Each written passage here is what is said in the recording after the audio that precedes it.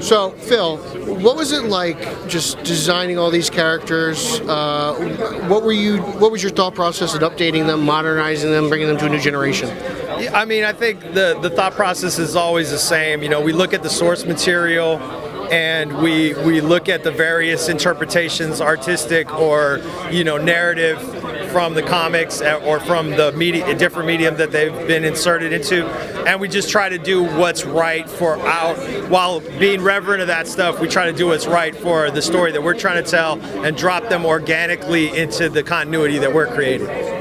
What was it like just creating Steel and just all the features of his suit, from the hammer with the jet and the boots and how the cape gets sucked into the chest pieces? What was that like, creating him, almost making him Iron Man-like? It's a lot of fun, you know, like I'd never drawn that character before, and I did a couple takes that nobody was feeling, you know what I mean? Because what I love about these projects is I can always count on my collaborators to kind of, if I get off track, to kind of, because James Tucker has so much like DC lore just like in his database, and he just has an instinctive understanding of the way the characters should be depicted and what the fans love about the character. So if I get a little bit off course, he can always steer me right back. And sometimes I just like to explore because I'm having a lot of fun. You know, even if something isn't quite right, it's like, let me explore different shapes and silhouettes. So it was a lot of fun working on Steel. Again, a character I'd never drawn before, so I always enjoy that opportunity.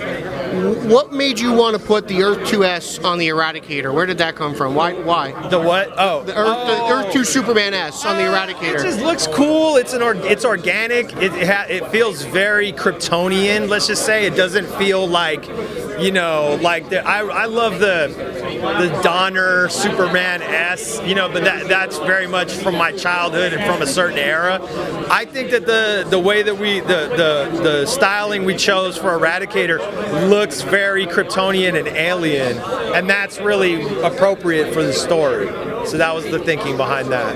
Between Superboy and Young Justice, do you really enjoy youthful superheroes? Oh yeah, I think I've always said, like when I work the movies that I've done with James, I think the ones that are closest to my heart, like from just a pure joy standpoint, are the Teen Titans ones. And I just love working on youthful characters because they're not perfect humans, and they're not really, they're making all kinds of mistakes. So there's more potential for that. You know, whether we always, you know, get all that potential out of the script or the films or not, that's up for debate. But going into it, you're playing with like these very vulnerable characters, which adds a lot of potential for different types of stories to be told.